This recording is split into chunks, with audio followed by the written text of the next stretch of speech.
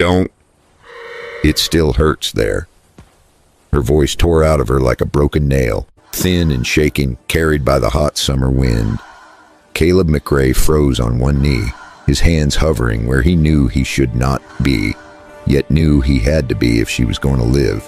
The woman lay face down in the dead grass, her dress torn and filthy, her body trembling as if the ground itself had betrayed her. His shadow fell over her, broad and heavy, the kind of shadow that once meant safety to him and now meant terror to her. She tried to crawl away, fingers digging into dust and straw, every movement sending a sharp pain through her hips and upper thighs. Her breath hitched when he reached for his coat, and she flinched as if the fabric itself meant another hand where it did not belong. "Don't," she whispered again, weaker now. "It still hurts there." To anyone watching, it would have looked wrong. A big gray bearded rancher kneeling behind a young woman half broken in the grass. Caleb knew exactly how it looked, and he hated that the world had shaped itself this way.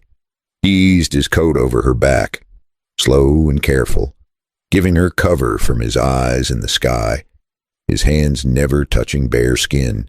Blood had dried along her leg, not fresh now, dried hard from hours in the sun, angry and dark, proof of something rough and recent. He spoke low, his voice rough from years of dust and silence. "I ain't gonna hurt you," he said, every word measured, every breath controlled. She did not answer. Her shoulders shook, and a sound came out of her that was not a sob, but something closer to an animal caught in wire. Caleb reached into his saddlebag, pulling out clean cloth and a small tin of water, moving slow enough that even the grass seemed to wait. When he shifted closer, she stiffened again, pain flashing across her face as her hips moved even an inch. That was when he saw it clearly, the bruising along her side, the way her body protected itself without her asking it to. This was someone being dragged around until pain became the only language left. Caleb felt something old and dangerous stir in his chest, something he had buried with other bad memories. He set the cloth on the ground where she could see it, then backed his hands away. "You do it," he said softly. "I'll tell you how." Her head turned just enough for one eye to find him, wide and glassy, searching for the lie she expected. When he did not move closer, when he stayed exactly where he was, something in her cracked. She reached for the cloth with shaking fingers, every inch of movement costing her. As she pressed it to her side, a sharp cry escaped her, and she bit down on her lip hard enough to draw blood. Caleb looked away on purpose, staring at the horizon where red rock rose from the land like broken teeth. He talked to keep her grounded, to keep her here. "Name's Caleb," he said, steady and plain. "I run cattle not far from here." She swallowed, then whispered, "Eliza." A fly buzzed between them, bold and careless, and Caleb waved it off without thinking. The heat pressed in, thick and suffocating, and he knew she could not stay out here much longer. When she tried to shift again, pain seized her, and her hand clenched in the grass. "It still hurts," she said, quieter now, like an apology. Everywhere there. Caleb nodded once, even though she could not see it. "I know," he said, because it was the only honest thing he had. He poured a little water onto the cloth, sliding it closer with the toe of his boot, never crossing the line she had drawn. As she cleaned herself as best she could, tears ran down her face and disappeared into the dust. That was when she whispered a name, barely more than air. "Wade." Caleb's eyes hardened. Names mattered out here, and that one did not sound like a man who feared God or law. Before he could ask, hoofbeats carried faint across the plain, distant but real. Eliza heard them too, her body tensed, panic snapping back into her like a whip. "He'll find me," she said, terror sharpening her voice. "He always does." Caleb rose slowly, standing tall now, scanning the land. The summer wind shifted, bringing with it the smell of sweat, leather, and horses that did not belong to him. He looked down at Eliza, small and broken in the grass, and understood something final. Helping her would cost him peace. Walking away would cost her life. He knelt again, careful, deliberate, making a choice he knew would follow him to his grave. "I ain't leaving you," he said, firm now. Not today. Her eyes searched his face, reading every line, every scar, weighing truth against terror. The hoofbeats grew louder, and as Caleb reached for the reins to lift her from the ground without touching her hurt, one question hung in the hot air, heavy as a verdict. Who was Wade Hart? And what kind of man hurts a woman so badly that even help feels like another crime? Caleb lifted Eliza the only way he could, slow and careful, one arm under her shoulders, the other braced at her knees, never letting his hands wander where fear might turn into panic. She was lighter than she should have been, all bone and shaking muscle, like someone who had not eaten right in a long time. The hoofbeats faded behind them as he carried her to the shade of his horse, tying the reins low and steady so the animal would not spook. "Got a place not far," he said. "Plain and easy, water, shade, and a roof that don't leak much." She nodded once, barely. When he set her down against the saddle, she winced, hands gripping leather until her knuckles went white. "I know," he said, without being asked. "I know it hurts." They moved slow across the plain, the horse walking easy, Caleb leading by the reins so she would not feel every step. The sun slid lower, still hot, but less cruel now. By the time his ranch came into view, a low spread of weathered wood and wire near Kayenta, Eliza was trembling again, not from pain alone. This was the part where people got handed back. This was the part where lies caught up. Caleb saw it in her face and chose his words careful. "You stay as long as you need," he said. "No one gets you without you saying so." At the ranch, he settled her on a narrow bed by the window, curtains pulled to keep the heat out. He set water within reach, then stepped back, giving her space like a man who had learned the cost of crossing lines. Eliza watched him with one eye open, every move judged, every breath counted. He washed his hands slow at the basin, letting her hear the water, letting her see he was not in a hurry. "Rule here," he said, turning away from her while he spoke. "Door stays cracked. I don't touch unless you ask. And if you want me gone, I go." That earned him a look, sharp and confused. Most men did not offer exits. Night came thick and quiet. Crickets filled the dark, and the wind pushed dust against the walls. Eliza slept in pieces, waking with a sharp breath, hands flying to protect herself before she remembered where she was. Each time, Caleb stayed where he was, seated by the table, clean intact that did not need cleaning. In the morning, he found fresh tracks near the water trough. 2 horses, shod, recent. Someone had been asking around. He did not tell Eliza right away. Instead, he fixed coffee, weak and bitter, and left it on the table with bread and a little dried meat. She ate slow, watching him like a stray cat deciding whether to bolt. Later that day, they rode into Tuba City for supplies. Caleb kept his hat low, eyes open. Eliza kept close, her steps careful, pain still written into the way she moved. Inside the general store, a man looked too long. Then he looked again. His smile did not reach his eyes.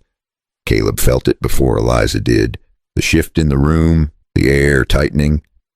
The man said her name like it belonged to him. Eliza froze. Caleb stepped between them without thinking. There was no speech, no warning, just a short, hard movement that sent the man stumbling back into a stack of crates. Wood cracked. People shouted. Caleb did not chase. He took Eliza's arm, steady but not tight, and walked her out. Outside. A deputy watched them go and said nothing. That told Caleb everything he needed to know.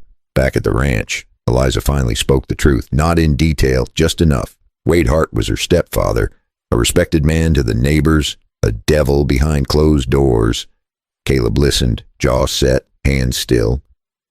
When she finished, there was nothing clever to say.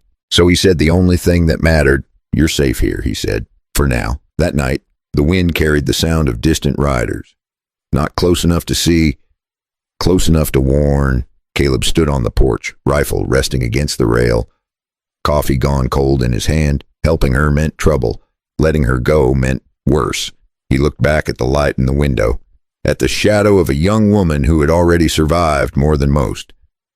And he knew the road ahead it was going to hurt everyone involved. Before we move on, drop a comment. What time is it where you are, and where are you listening from? The next morning, Caleb did not pretend things were normal, because out here pretending got folks buried. He was up before the sun cleared the ridge, feeding his horse, checking the fence line, and walking the edge of his property like a man measuring how much trouble could fit inside a day.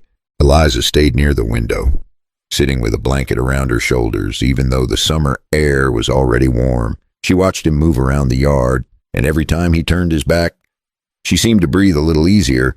That told Caleb she still trusted her fear more than she trusted any promise. He did not take offense. Fear kept people alive. He did something simple instead.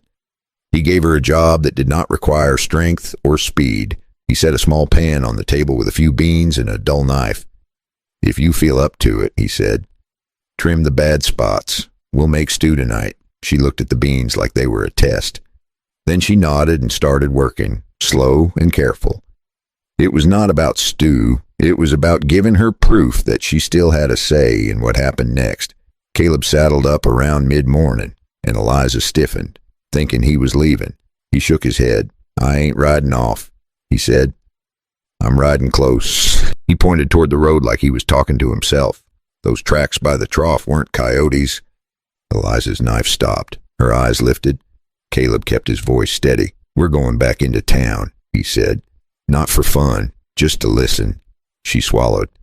"I don't want him to see me. He already sees you," Caleb said. "We're just going to see him back." They rode into Tuba City late morning. When the heat started to climb and the street turned soft with dust, Caleb kept Eliza on his right side, close enough that he could read her breathing. He did not hold her arm. He did not push her along. He let her choose the pace, and that alone kept her from breaking.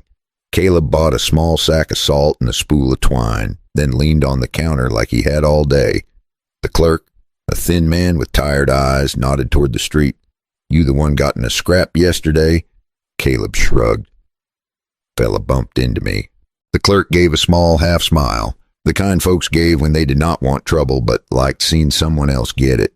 "That fella's name's Deke," the clerk said, dropping his voice. "Works for Wade Hart." Eliza flinched like her body heard that name before her mind did. Caleb watched the clerk's face. "Wade Hart," Caleb said. "Quiet." The clerk looked away. "That man's got friends," he muttered. Caleb let the silence sit a moment. Then he said, "Easy. Friends or fear?" The clerk did not answer, but his hand shook just enough to tell the truth. Outside, Caleb did not head straight back to the ranch. He took Eliza to a shaded spot behind the livery, near old barrels and the smell of sweat and horses. He kept his voice low. "He's got a reach," and he said, "and he's using it." Eliza stared at the ground. "He always does." She whispered. Caleb nodded once. He could have asked for every detail. He did not. He asked the only thing that mattered for survival. "Is he coming himself?" he said. "Or sending boys?" Eliza hesitated, then said, "He'll come when he thinks he's already won." That line stayed with Caleb like a splinter. On the way out of town, they passed the deputy again. The man was leaning on a post, chewing slow, watching folks like a cat watches mice. He looked Caleb over, then let his eyes drift to Eliza. Caleb felt his stomach turn. The deputy did not say much, but he said enough. "Best return property," he called. Casual as a man talking about a stray calf. Eliza's shoulders rose toward her ears. Caleb stopped his horse. Not fast, not angry, just stopped. He looked at the deputy and spoke in a calm voice that carried. "People ain't property," he said. A few heads turned. The deputy smirked. "In my county," he said, "you'll find it works different." Caleb nodded like he had heard that kind of talk before. Then he tipped his hat. Not polite, not rude, just finished. He rode on, but he remembered the deputy's name stitched in faded thread. Tom Larkin. That was useful. Back at the ranch, the afternoon heat wrapped around the house like a heavy blanket. Eliza moved slower than the day before, and pain showed up in places she didn't expect. She tried to hide it, but Caleb noticed the way she paused before sitting, the way she held her breath when she had to stand. He left a tin of water on the table and a clean cloth beside it, then went out to fix a hinge that did not need fixing. He gave her dignity the way some men gave charity, quietly, without making a show of it. Near sundown, a rider appeared at the far fence line, one rider, sitting loose in the saddle like he belonged there. Caleb stepped onto the porch and did not reach for his rifle. Not yet. The rider stopped outside the gate and called out, "Evening, McRae," the man said. Voice friendly. Too friendly. Caleb did not answer right away. He watched the way the horse shifted, the way the rider's eyes kept flicking toward the house. Eliza stood inside the doorway, half hidden, half frozen. Caleb spoke in a normal voice. "Evening," he said. The rider smiled.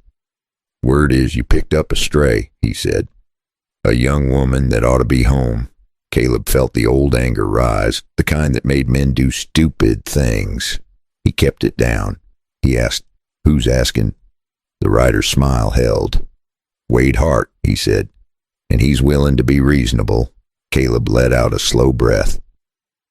Reasonable was what wolves called themselves right before they bit. He stepped down from the porch, staying between the rider and the door, and he said, "Calm as dry wood." Tell Wade Hart," Caleb said. "I don't hand people over to men who send boys to do their talking." The rider's eyes narrowed. He glanced at the door again, and that glance told Caleb something new. This was not just about dragging Eliza back. This was about proving nobody could stand in Wade Hart's way. The rider tipped his hat, still smiling, and turned his horse like he was leaving. But as he rode off, he called back one last thing, soft and cruel. "He's coming tomorrow," he said, "and he ain't coming alone." Caleb watched the dust trail fade into the evening light.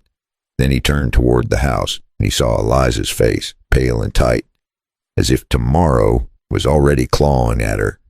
Caleb walked inside, set his hat on the peg, and started checking the locks like a man who knew locks did not stop monsters, because now he had to make a choice that would shape everything after this. Would he run with her into the open desert, or would he stand his ground and let Wade Hart come to his door? Caleb did not sleep much that night, not because he was brave, but because he was old enough to know how trouble moved. It moved quiet. It moved early. It moved in groups when it smelled fear.